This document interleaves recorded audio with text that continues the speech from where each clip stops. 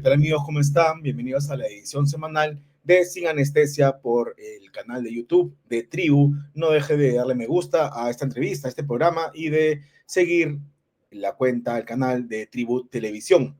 Lo que ha ocurrido este fin de semana, lo más llamativo, es que la fiscal de la Nación, Del Espinosa, ha iniciado diligencias preliminares basándose en denuncias de ciudadanos que buscan anular a los partidos Fuerza Popular de Keiko Fujimori y País para Todos de Carlos Álvarez por supuestamente ser antidemocráticos, lo que para mí evidentemente se convierte así Del Espinosa en un actor político y se está entrometiendo en el proceso electoral. Para hablar al respecto hemos convocado al analista político Iván Arenas, quien muy amablemente ha aceptado la conversación. ¿Qué tal, Iván? Muchas gracias por la entrevista. No, muchas gracias, Etiaro. Gracias. ¿Qué te parece que la fiscal de la Nación haya abierto investigación preliminar, haya iniciado diligencias preliminares con miras a declarar la ilegalidad de estos partidos? Mejor dicho, de solicitar la ilegalidad de estos dos partidos a la Corte Suprema. Mira, la primera es que evidentemente, como tú lo has señalado, la fiscal de la Nación se convierte en un actor político y eso ya nos sorprende, evidentemente también, porque en los últimos años, tanto fiscales como jueces han venido convirtiéndose en actores políticos. Acuérdate de tú, los fiscales de Lavajato, el juez Carguancho, todos ellos de alguna u otra manera han tenido presencia política si no quisieran. Entonces, lo que tenemos ahora es básicamente eso, la politización de la justicia, la judicialización de la política, y vemos en esto además que existen dos partidos comprometidos por básicamente algunas denuncias que no se sabe de qué ni a raíz de qué, pero que evidentemente lo que hacen es enturbiar las elecciones o por lo menos enturbiar un proceso electoral que ya empezó. Quiero decirte además que lo que no se puede tolerar efectivamente es que el Ministerio Público se convierta en lo que es básicamente ahora, en un actor político ideologizado para fines de algún sector político que de alguna otra manera siempre ha dominado este espacio. Claro. A ver, a Keiko Fujimori, mejor dicho, a Fuerza Popular, lo denuncian o quieren anularlo, quieren eliminar ese partido porque en el 2011 recibió aportes ilegales. Hablamos del caso Cócteles, pero ese caso está judicializado y ha pasado a etapa intermedia por todos esos problemas que ha habido en la presentación de la acusación de Domingo Pérez. Y también porque en el 2021 Keiko Fujimori dijo que los resultados eran ilegítimos. Mira, yo creo que básicamente las dos razones se caen, porque no solamente el tema este de lo que se llamó epitufeo, es un tema básicamente, está judicializado, pero evidentemente ahí vamos a entender la razón del asunto. Ahí es que durante aquellos años no existía posibilidad de algunas empresas o de las empresas de financiar los partidos políticos. Por ende, Así. evidentemente, no hay ahí alguna razón. La segunda razón es que cuando evidentemente la candidata de Keiko Fujimori en aquel momento dice que no existía, las elecciones no existían, no estaban legitimadas, y exacto, las elecciones no estaban legitimadas. No estaban legitimadas porque evidentemente habían sospechas de que habían existido alrededor de algunas ánforas, sobre todo en las ánforas del sur, algunas malas maniobras malas sobre estas elecciones. Pero fíjate, tanta fue la legitimidad o falta de legitimidad o baja legitimidad de estas elecciones que finalmente el propio presidente Castillo en ese momento, el expresidente Castillo, tuvo que utilizar entre comillas la fuerza, es decir, el 7 de diciembre trató de dar un golpe, o dio un golpe de Estado, mejor dicho, y no se pudo concretar. Tanta falta de legitimidad es que inclusive el propio presidente Castillo tuvo evidentemente que dar un golpe de Estado, justamente por esta falta de legitimidad. Razones para que estos partidos, sobre todo Fuerza Popular, sea de alguna otra manera prohibido, o sea cancelado, o sea extinto para las próximas elecciones, no existen. Claro, y también se menciona el caso Mameni Videos, donde Kenji Fujimori ofreció aprobar obras públicas a cambio de votos contra la vacancia de PPK. Y eso nunca se ha aprobado, es decir, se pudo haber dicho, pero eso nunca se ha aprobado en términos, digamos, Nunca en se términos reales, no solamente nunca se cumplió, sino además nunca se ha aprobado, es decir, que a ver que demuestren qué obra pública ha sido, de alguna otra manera, ha sido hecha bajo el ofrecimiento, bajo el juramento que supuestamente había hecho el señor Kenji Fujimori para sacar a su padre. Es decir, Además, no existe ninguna evidencia. ya fue condenado a 4 años y 6 meses de prisión suspendida, ¿no? También es cierto, además de eso, ya fue condenado. Entonces, estamos en un caso evidentemente anacrónico. Entonces yo creo que no existe ninguna posibilidad, digamos, de manera legal para que esto pueda llegar a un puerto. Hay otro, Lo sí, que sí existe es evidentemente este actor político que es la fiscalía. hay otro asunto que me preocupa, porque también se menciona en este inicio de investigación que se menciona esta vinculación, esta presunta vinculación del grupo La Resistencia con Fuerza Popular. Y yo he escuchado a Rosa María Palacios decir que también están vinculados a este grupo, el APRA, Renovación Popular. Así es, así es, así es, así es. Deja abierta la puerta o quizás evidencia que ella quiere que se declaren ilegales también estos partidos, pero ¿cuál es esta vinculación? O mejor dicho también, ¿qué acto ilegal, a quién ha matado la resistencia, ¿no? Aparte de Pero, sus cráneos, ¿no? pero yo quiero irnos justamente a ese tema, porque ¿qué tiene que ver la resistencia acá? Finalmente es un grupo, un colectivo ciudadano, que te guste o no te guste, que la forma como hacen política, a mí particularmente no comulgo y Pero no le han probablemente pegado a nadie tampoco, ¿no? pero no solamente eso, están en toda su libertad porque evidentemente la Constitución ampara. Ahora, que los de la resistencia hagan lo mismo que hace, por ejemplo, en otros grupos de la izquierda cuando hacen scratches, porque ahí sí no lo dicen. ¿Por qué no lo Entonces, dice? aquí hay un problema, pues, evidentemente sesgos ideológicos. Aquí lo que Sí. existe es evidentemente es que quieren condenar a la resistencia como si fuese un grupo terrorista, fanático, un grupo peligroso, un grupo que tiene que apartarlo de la sociedad, un grupo antaurista. Yo no he escuchado a ninguno de los, no conozco a ninguno, dicho sea de paso, a lo de los grupos de resistencia, decir, por ejemplo, que hay una dictadura, o decir que mañana más tarde van a dar penas de muerte, o a los corruptos, como dice el señor Antaurumala. No he escuchado. No existe un proyecto político de parte de la resistencia, más allá de ser evidentemente un grupo agitador de ciudadanos, pero no existe un grupo político como resistencia, y menos un grupo terrorista como la resistencia. No existe tal caso. Entonces, evidentemente ahí también se cae otro caso, porque el argumento es considerar este grupo de resistencia como un grupo terrorista, peligroso, un grupo ultraderechista y fanático, y yo la verdad es que no le encuentro ni pies ni cabeza. Claro, sí, simplemente es un grupo que rechaza a los caviares y realiza scratches, que está mal, ¿no? Que no compartimos, pero ellos hacen lo mismo, ¿no? Mira, lo que pasa es que evidentemente a frente hacen lo mismo. Cuando los otros hacen lo mismo que ellos hacen, sí, evidentemente ellos son fanáticos, son ultraderechas, son ultraconservadores, pero cuando ellos lo hacen es libertad absoluta, ¿no? Al derecho a la Pero legítima protesta. exactamente, derecho a legítima protesta, jarabe democrático, en fin. Pero como te digo, aquí el problema es considerar lo grave de todo esto, a pesar de que existen abogados y todo eso, es considerar a un grupo de la resistencia como un grupo pseudo terrorista, ¿no? O cuasi terrorista, y eso es evidente. Yo no comulgo con ellos y probablemente muchos de los que nos están viendo tampoco, ni con las formas ni con el fondo, pero no me atrevería a decir que este grupo es un grupo terrorista. Este grupo no lo puedes igualar con Sendero Luminoso, con el No, MRTA, de ni ninguna forma. tampoco con Antauro Humala. O sea, es evidente, ¿no? No me gusta, no te puede gustar, pero tampoco cabe la exageración de decir que esto es un grupo que debe ser condenado y debe ser apartado de la legalidad, ¿no?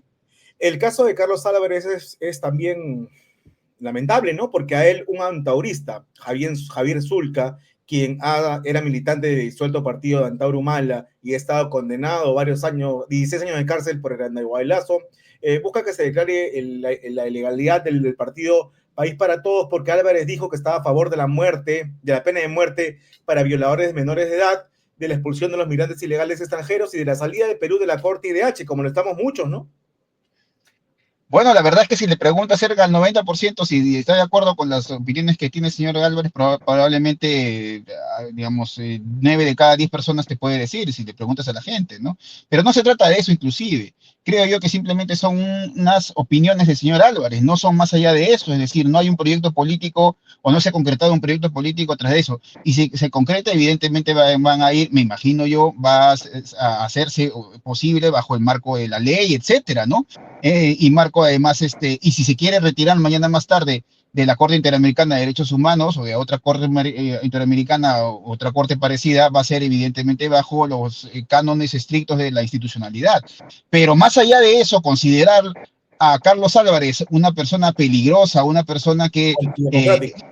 genera evidentemente un peligro para la democracia, la verdad es que sí, evidente, ya no nos queda que pensar, porque si es un autorista, evidentemente, un autorista que pregona la dictadura, que pregona abiertamente, además, que pregona ideas en contra de la democracia, entonces evidentemente estamos acá hablando, digamos, un perogrullo, ¿no? No puede considerarse que un antagonista, evidentemente, un antagonista que tiene sus raíces, además, el nacionalfascismo, no podemos decir que protege la democracia, ¿no?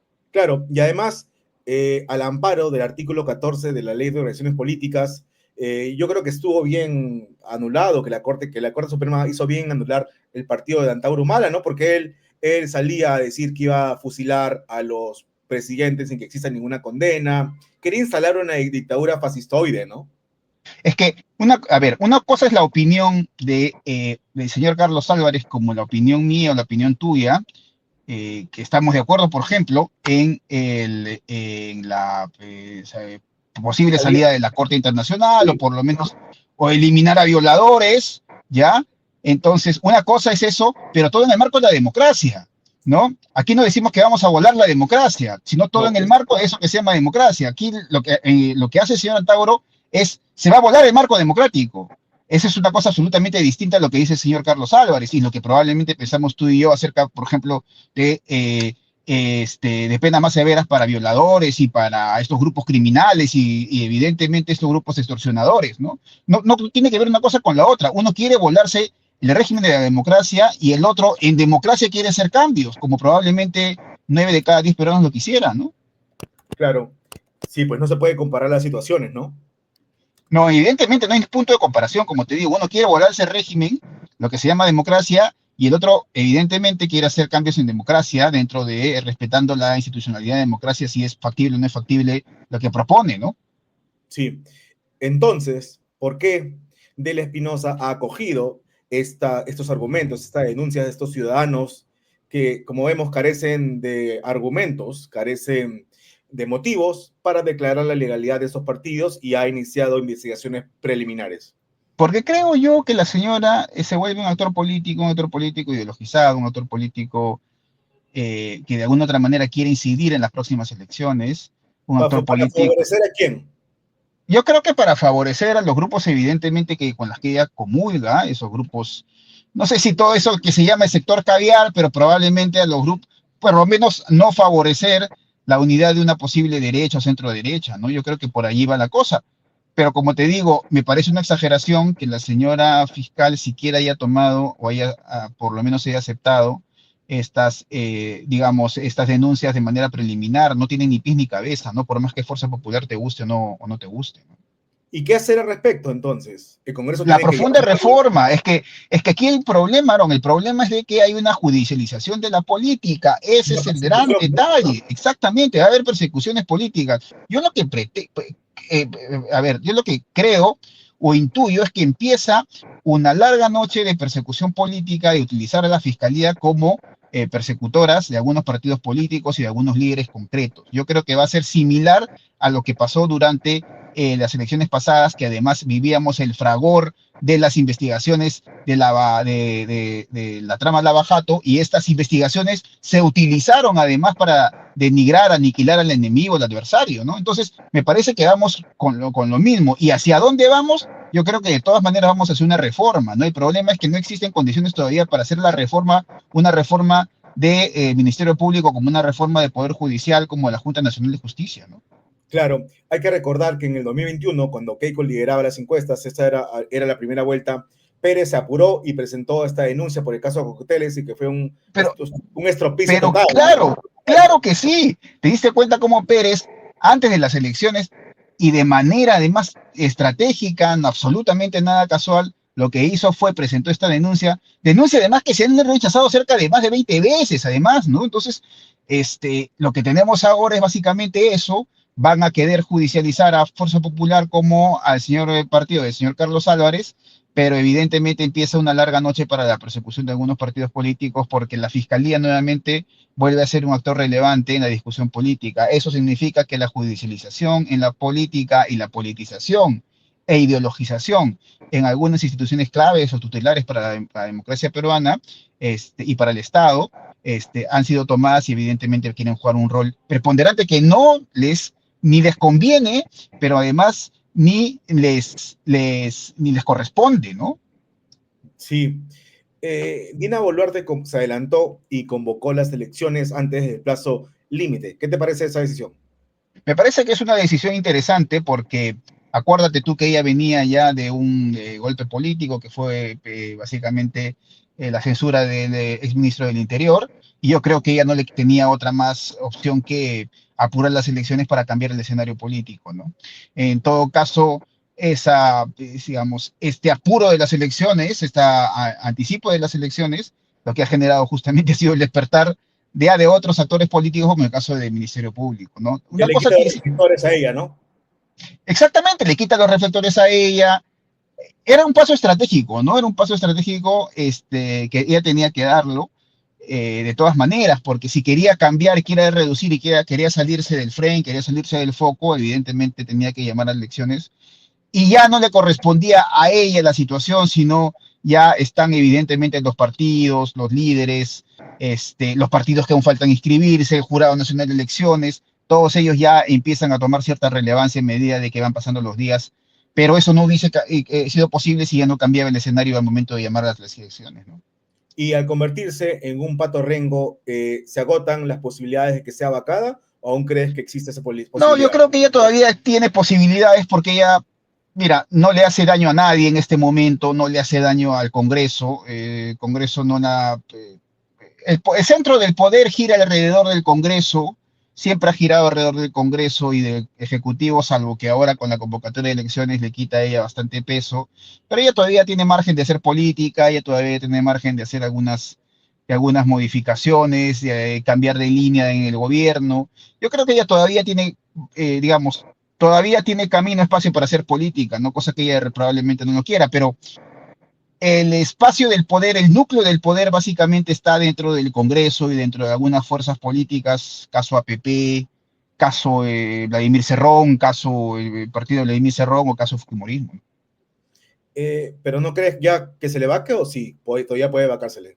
Es altamente probable que se les pueda suspender, no sé si se le vaque, ¿no? Pero la vacancia es, entre la suspensión y la vacancia siempre yo creo que el Congreso va a preferir suspenderla porque es un camino menos traumático, ¿no? Y políticamente menos caótico, entonces me parece que el tema puede ir por allí. Pero vamos a ver, yo creo que ya empezó, digamos, el movimiento general para la vacancia al momento de presentar esta denuncia contra el hermano que estaría haciendo lobbies el domingo pasado. Yo creo que este domingo va a salir otra, pues, digamos, denuncia parecida, porque me parece que hay una especie de campaña para debilitarla a ella y para buscar la posible suspensión, ¿no?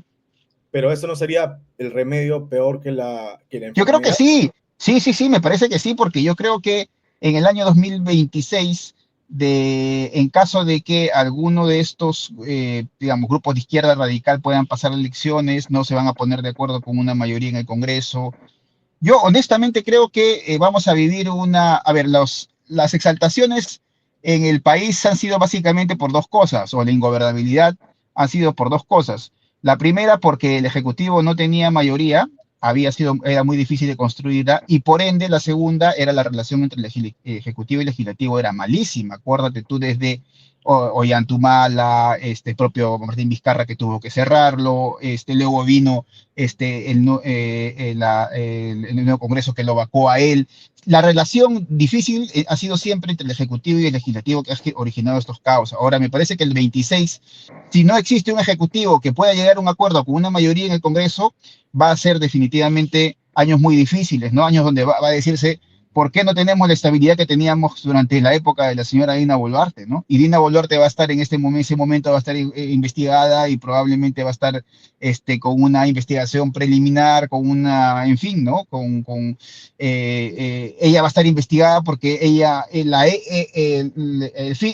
mejor dicho, ella se acaba, o el calvario empieza de ella el día 29 de julio, ¿no? Cuando deja de ser presidenta. Así es. ¿Quién va a ganar en el 2026? ¿Qué perfil puede ser el perfil del próximo presidente? ¿Cómo Yo, ganan las elecciones? yo creo que al margen de que sepamos quién va a ganar, quién es la persona que va a ganar, sí hay algunas características de la persona que pueda ganar las elecciones, ¿no? Una persona que venga con un discurso fuerte, una persona que venga con un discurso radical, sea de izquierda o sea de derecha, una persona que venga con un discurso muy popular, una persona que venga con, digamos, con una especie de proyecto, una persona que venga con algunas características importantes, como el tema, como te decía, del orden y la mano dura, ¿no? O sea, yo creo que este país está muy desordenado, creo que al final del día todos nos damos cuenta de que hace falta ordenarlo, ¿no? Entonces, yo creo que alguien que venga a poner orden va a ser principalmente una de las personas que pueda ganar las elecciones. Ahora, ¿de dónde vendrán? Eso está por disputarse, ¿no? Puede venir de la izquierda, puede venir de la derecha, la izquierda nunca le ha rehuido al orden, salvo esta izquierda, pero en algún momento le preguntaron a Fidel Castro por qué tuvo que matar o por qué tuvo que condenar a muerte a estas 5 personas que capturaron un avión, creo que fue Saramago, y él le dijo, porque tengo que conservar el orden, ¿no? Entonces, los regímenes de izquierda y derecha, los gobiernos de izquierda y derecha siempre tienen que tener orden y siempre tienen que tener cierta estabilidad para poder llegar a buen puerto. Entonces me parece que una persona que viene a ordenar todo el caos de la política, el institucional, todo el caos social y político, económico que existe, va de alguna otra manera a poder ganar las elecciones. ¿Cómo la derecha puede conquistar el voto del sur del país? ¿O eso es imposible? No, no, no, el sur del Perú tiene muchísimos elementos que son afines a la derecha, es un sur muy conservador, muy pro familia, muy pro mercado, son de alguna u otra manera características de la sociología del sur peruano. Es un sureño que ha venido a Lima a conquistarla, ¿no? Cuando vinieron los puneños, acuérdate tú, después del 7 de diciembre, después del golpe, del golpe, fallido golpe que hizo el presidente Castillo, eh, hay una pregunta, ¿no? ¿Por qué es que los puneños que estaban en Lima no se movilizaron, ¿no? O sea, tuvieron que venir gente de otra parte, digamos, de Puno, pero que no residían en Lima, pero los puneños en Lima no se movilizaron, ¿no? Entonces, el puneño básicamente lo que hace es, o el sur peruano, básicamente tiene dos características muy influyentes, ¿no? La primera es, digamos, la influencia aymara, que irradia por todo el sur peruano, y la influencia quechua, que viene de Cusco, que tiene mucha influencia también, que viene básicamente de toda la parte altas de Cusco, si tendríamos que irnos a un lugar ya donde se construye esta influencia, serían en las partes altas de Cusco, Sicuani fundamentalmente, todo ese corredor entre Chumivilcas, Espinar, Sicuani, y la otra se construye básicamente en Juli, ¿no? La otra influencia política, ¿no? Si tú de alguna otra manera construyes política en esas dos influencias que tienen características muy, muy, muy, muy conservadoras socialmente, entonces puedes tranquilamente subirte sobre ese caballo de la representatividad política popular, ¿no? Porque hablamos de una zona donde no llega el Estado. Tiene que ser un candidato anti-Estado, digamos, ¿no? Que apueste por un Estado pequeño. Y está... Probablemente una zona donde sí llega el Estado. Lo que pasa es que el Estado llega mal o llega corrupto o simplemente llega poco o llega a simplemente robar. está, o sí, claro, ¿no? O sea, porque mira, por ejemplo, en las zonas mineras, ¿no? Las zonas mineras son zonas donde supuestamente debería haberse cerrado las brechas sociales y económicas hace mucho tiempo, porque tienen mucho dinero. Entonces el Estado tiene capacidad para llegar a todas partes a través de la obra pública, pero no se llega. No, ¿Por pues. qué no se llega? Por evidentemente, digamos, falta de gestión, falta de conocimientos, equipo técnico, mucha corrupción, ¿no? Entonces lo que tenemos en el sur peruano es básicamente eso, ¿no? Que ha aprovechado mucho la bonanza económica, pero justamente este Estado es incapaz de que esa bonanza económica se irradie a través de la influencia del Estado en proyectos, en carreteras, en hospitales, ¿no? Entonces, me parece que o llega el Estado o llega mal, o el Estado simplemente no quiere llegar o tenemos un Estado inepto, ¿no? Y frente a esa ineptitud del Estado, la gente evidentemente relaciona esta ineptitud con la clase política, a pesar de que mucha gente de izquierda, por ejemplo, tú pones Tito Acurio en Cusco, donde está involucrado en el caso del Hospital Lorena, que hasta ahora no se construye, pero claro, pero la fuente de corrupción ha sido fundamentalmente la izquierda, ¿no? Entonces te das cuenta que la izquierda no asume esos pasivos porque la izquierda es todo y nada, es decir, tú no ves una representación política de izquierda propiamente dicha, sino hay muchas izquierdas, ¿no?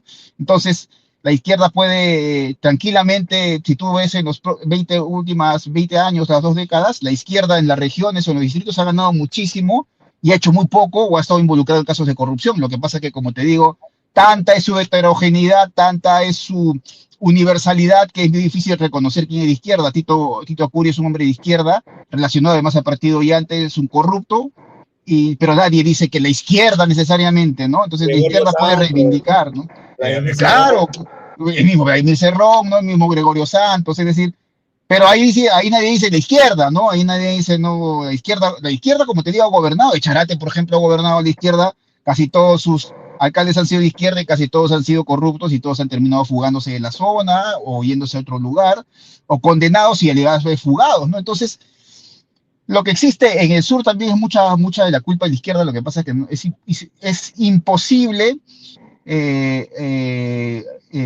apuntalar específicamente a quién, ¿no? Se dice la izquierda, pero en la izquierda se dice todo y nada, ¿no?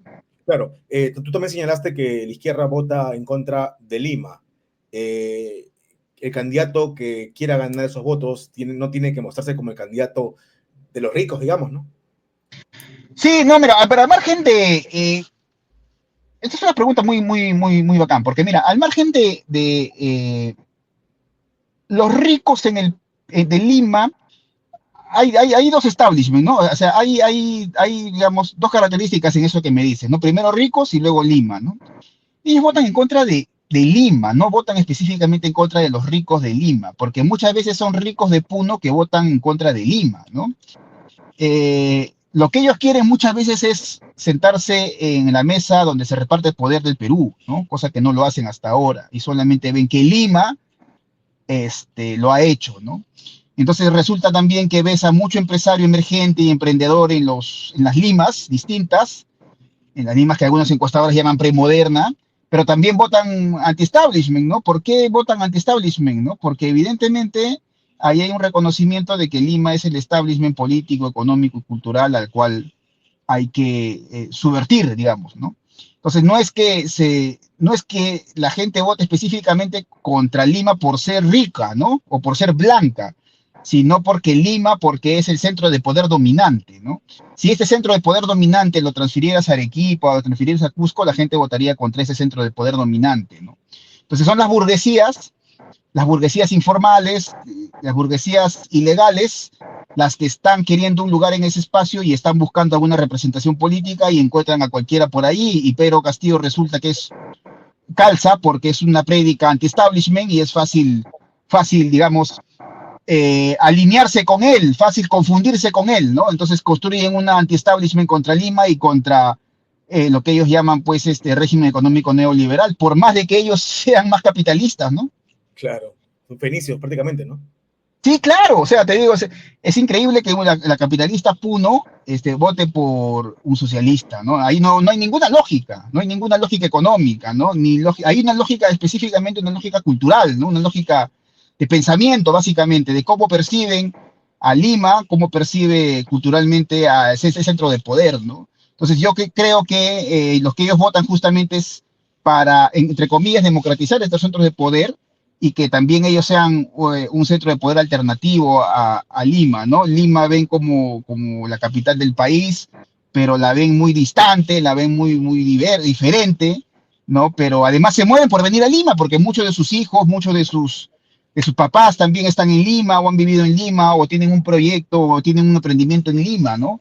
Lima les ha dado todo, pero resulta que Lima también ejerce mucha influencia, ¿no? Hay una leyenda negra contra Lima también, ¿no? Hay una leyenda negra a decir que Lima es la capital, por ejemplo, sigue siendo la capital blanca cuando, vamos a ver, pues el 80-90% de limeños son básicamente descendientes de provincianos, ¿no? Entonces, Lima es una ciudad que está en un desierto y que les ha dado muchísimo a mucha gente que ha venido sin nada, ¿no? Entonces hay una leyenda también negra contra Lima y de querer solamente instalar en la psique de la gente de que Lima es la mala siempre, ¿no?